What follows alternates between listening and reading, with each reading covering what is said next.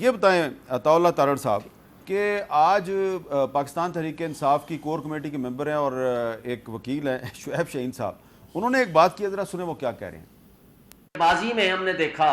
کہ جب ملزم کو سزا ہوتی تھی یا وہ جیل میں ہوتے تھے تو وہ بیمار پڑ جایا کرتے تھے، اور اس کے برعکس جب عمران خان اور پی ٹی آئی کے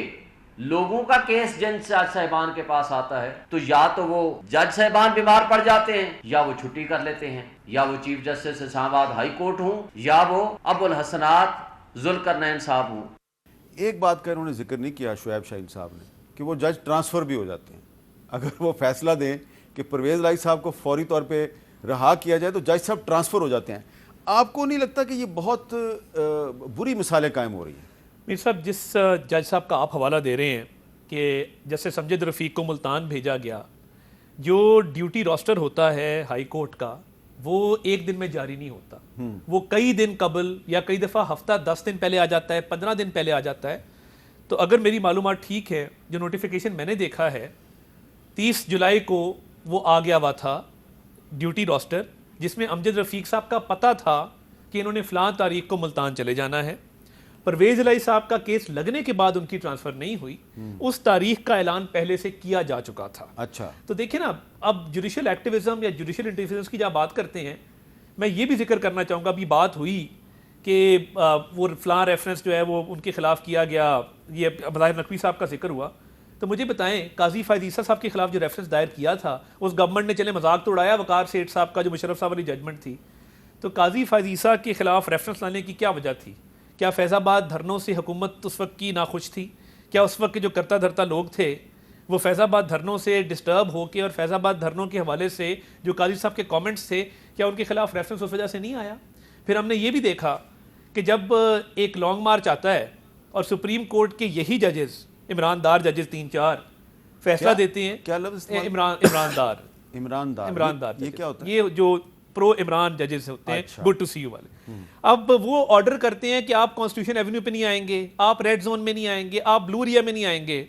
یہاں پہ درخت جلائے گئے، سرکاری املاک کو نقصان پہنچایا گیا۔ جج صاحبان کیا کہہ رہے ہیں؟ شاید ہمارے عمران کو خبر ہی نہ ہوئی ہو، شاید ہمارے عمران کو کوئی بتانے والا نہ ہو۔ نہیں، ایسے الفاظ نہیں تھے۔ نہیں، اور چلیں یہ تو میں تھوڑی مبالغہ آرائی سے کام لے رہا ہوں، ٹھیک ہے، انہوں نے یہ کہا، لیکن وہ جلے ہوئے درخت ہیں وہ ابھی بھی باہر سڑک پہ آپ کو نظر آئیں گے کہ ابھی بھی کالے کالے ہیں۔ کیا کہا کہ عمران کو شاید کسی نے بتایا ہی نہ ہو۔ کنٹیمپٹ کی پٹیشن ہے گورنمنٹ کی، ادھر تو روز کنٹیمپٹ کے نوٹس، آئی جی بیچارہ سرکاری ملازم ہے، اس کو آپ 10 کنٹیمپٹ کے نوٹس بھیج دیں۔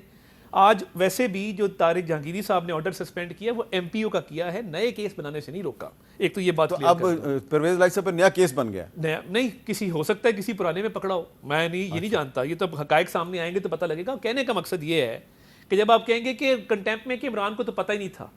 وہ تو خبر نہیں پہنچی تھی، اس دور میں جب سوشل میڈیا کا دور ہے، الیکٹرانک میڈیا کا دور ہے، اور آپ کنٹیمپٹ کی فائل جو ہے وہ داخل دفتر کر دیں گے تو پھر یہی حالات ہوں گے جو آج اس ملک میں۔ اچھا نوید ملک صاحب، 3 MPO جو ہے، آپ کو تو پتہ ہی ہوگا، آپ ماشاءاللہ اتنے سینئر وکیل ہیں، یہ جنرل ایوب خان کے زمانے میں یہ قانون آیا تھا، مینٹیننس آف پبلک آرڈر،